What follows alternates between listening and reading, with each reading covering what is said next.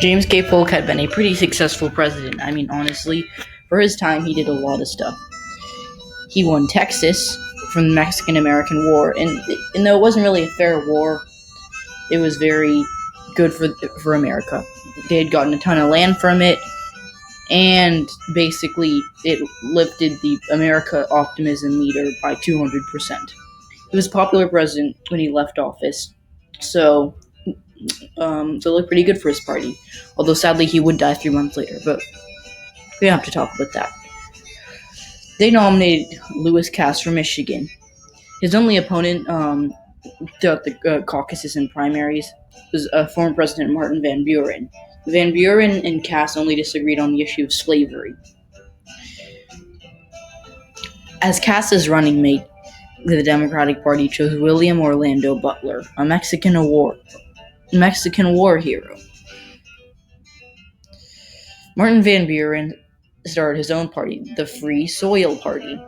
It was basically about liberating all the slaves that were being enslaved in the South and stopping its expansion.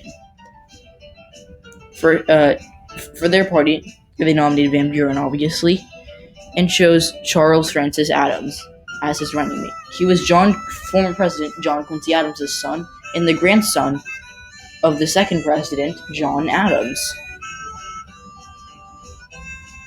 The Liberty Party was still around, but it wasn't really the big deal anymore, as most of its supporters had gone over to the Free Soil Party or the Whig Party. Gerritt Smith still ran for them, though. He was also distantly related to James G. Birney, who had ran in the previous 2 elections.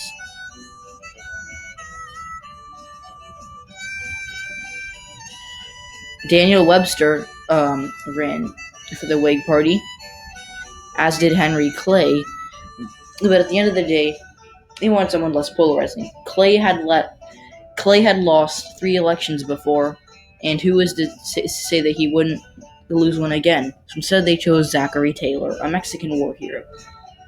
They kind of fought fire with fire here because the Democrats, their VP nominee, was also a Mexican war hero. So as you can see, heroes are very popular.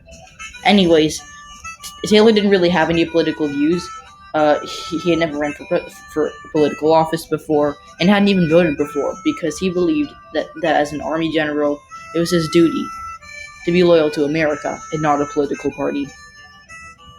He was so non-political that both parties, the Democrats and the Whigs, courted him, but he chose to be a Whig for reasons that no one understands. As his running mate, the Whig Party chose Millard Fillmore, a congressman from New York. So, the campaign pretty much went like this. There were no issues to debate other than slavery. And when asked about it, Lewis Cass basically was like, slavery is chill, bro. Whereas Zachary Taylor didn't really talk about it and basically avoided the questions. This worked out pretty well for Taylor, as he narrowly won the election. Again, New York was the deciding factor. 4 years prior, if you were paying attention, Henry Clay lost there because of James G. Birney taking away votes from him, essentially having the same effect that Ralph Nader had in Florida with Al Gore in 2000. Even though Al Gore still should have won Florida. But whatever, we don't have to talk about that.